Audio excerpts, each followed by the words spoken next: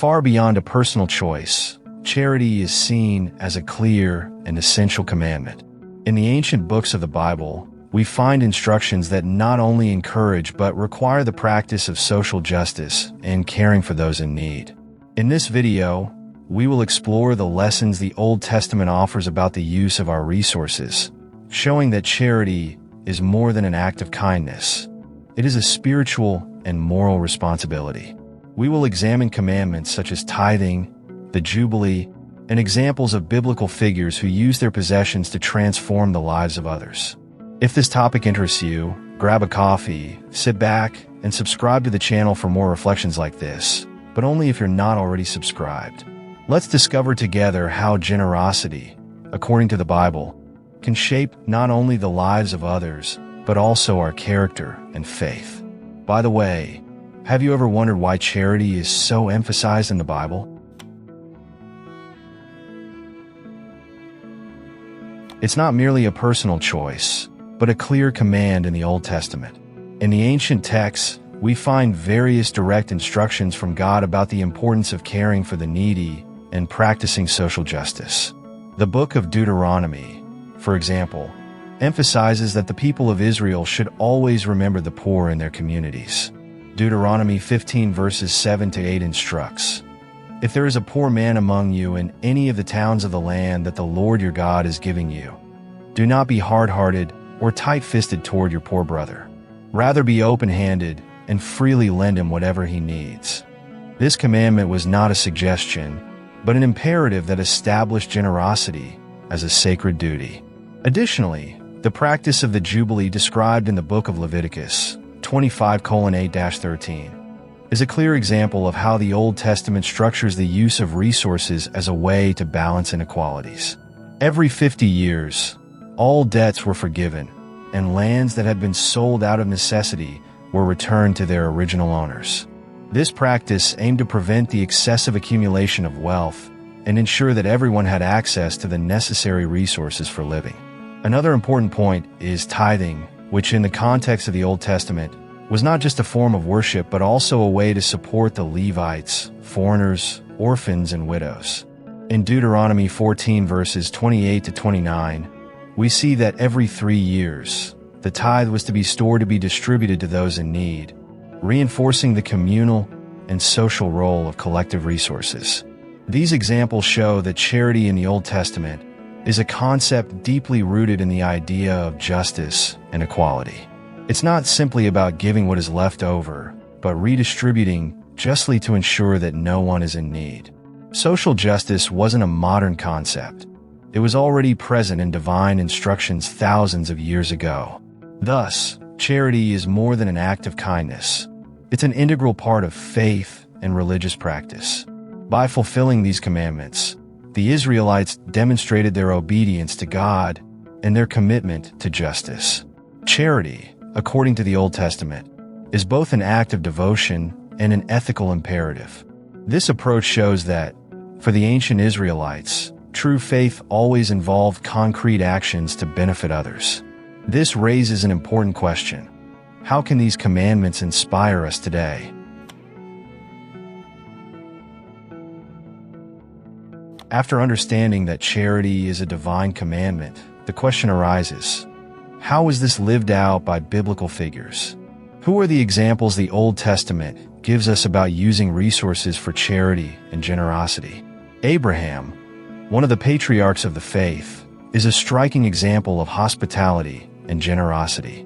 In Genesis 18 verses 1 to 8, we see Abraham welcoming 3 visitors with great hospitality, offering them the best of his home.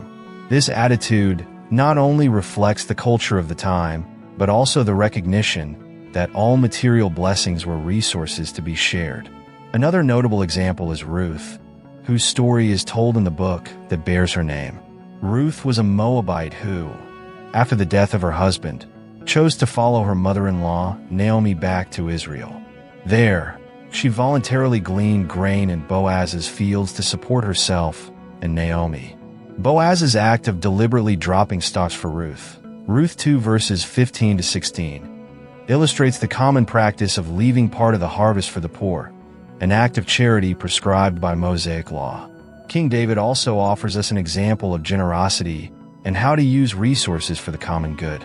In 1 Chronicles 29, David donates a considerable amount of his own wealth for the construction of God's temple. This act of giving was done with joy, not out of obligation, highlighting that true charity comes from the heart. Moreover, the story of the widow of Zarephath, found in 1 Kings 17 verses 10 to 16, exemplifies generosity in the midst of scarcity. When the prophet Elijah asked for food and water during a severe drought, the widow, who had only a handful of flour and a little oil, shared what little she had. As a result, her supply never ran out, demonstrating divine blessing upon sacrificial generosity. These examples are not just ancient stories, but living lessons on how resources can be used for charity. They teach us that generosity is a natural response to God's provision, and that there will always be a reward, whether spiritual or material, for those who give from the heart. How can we apply these lessons today? Perhaps the real question is not how much we should give, but how we can cultivate a generous heart, regardless of the amount of resources we possess. If Abraham and Ruth showed us the value of generosity, what about the role of material resources in the Old Testament? Are they seen only as blessings, or is there more to it? In the Old Testament, material resources are often described as a blessing from God. However, they are also presented as a test of faithfulness and morality. In Deuteronomy 8 verse 18, it says, "But remember the Lord your God, for it is He who gives you the ability to produce wealth." This suggests that all wealth is a divine gift and, as such, must be used according to God's will. The story of Job is an excellent example of this duality. Job was a very wealthy man who, even after losing all his possessions and children, did not sin or blame God. His example shows that material goods are not an end in themselves, but a means to demonstrate faith and fidelity to God, even in times of adversity. Another example comes from the prophet Amos, who harshly criticized the wealthy of Israel for oppressing the poor and using their resources unjustly. In Amos 5 verses 11 to 12, he denounces those who trample on the poor and accept bribes. Here, the critique is not of wealth itself, but of the way it is acquired and used, reinforcing the idea that resources are a test of character. The book of Proverbs also offers numerous instructions on the proper use of resources. Proverbs 3 verses 9 to 10 advises, "Honor the Lord with your wealth, with the first fruits of all your crops. Then your barns will be filled to overflowing, and your vats will brim over with new wine." This advice suggests that financial blessing is tied to recognizing God as the source of all things. Thus, material goods are seen both as a divine gift and as a test of integrity and justice. Those who use their resources justly and generously are, in fact, undergoing a test of their faith and morality. In the modern context, we can ask ourselves, are we using our resources as a blessing for others or as a means of ostentation and power? The Old Testament challenges us to see our material goods not just as possessions, but as opportunities to demonstrate our faith and character. And after exploring the biblical examples and commandments on the use of resources, a natural question arises. What do these ancient lessons have to do with today's world? The truth is, the principles of generosity and social justice from the Old Testament are timeless. They teach us that charity is not just a moral choice, but a responsibility we all have. For example, the concept of leaving grain for the poor can be compared today to the idea of creating social programs that ensure those in need have enough to survive. Moreover, the practice of Jubilee can be seen as a call for economic reform and justice.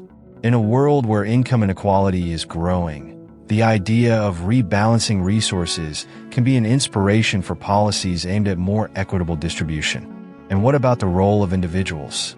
Just as Boaz and Abraham used their possessions for the good of others, we are called to do the same today. Whether through donations, volunteering, or simply helping those around us. Each of us has the power to make a real difference. However, the Old Testament also reminds us that charity must be done from the heart. It's not about gaining favor or fulfilling an obligation, but about acting with love and justice. In Proverbs 21 verse 13, we read, "Whoever shuts their ears to the cry of the poor will also cry out and not be answered." This emphasizes that generosity must be genuine and motivated by compassion. Finally, the lessons from the Old Testament challenge us to reflect on how we view our resources. Are they merely means for our own comfort, or do we see them as opportunities to serve others? This is a question each of us must answer. By applying these ancient biblical principles to the modern world, we can not only help others, but also find a greater purpose in our own lives. Throughout this video, we have seen that the Bible offers us a deep and rich perspective on the use of resources for charity. From the clear commandments in the Old Testament to the inspiring examples of biblical figures, it's evident that generosity is more than a simple choice. It's an expression of faith and justice. These ancient lessons continue to resonate today, challenging us to use our goods in a way that honors God and benefits others. May we all reflect on how we apply these teachings in our own lives, making charity a central part of our spiritual journey. If this content touched you positively, leaving a like is the best way to express your gratitude and encourage us to produce more content like this. I also invite you to share the greatest lesson you learned from this video. Leave a comment with your reflection or something that touched you in a special way. I would feel very honored and happy to know how this message impacted your life. See you in the next video.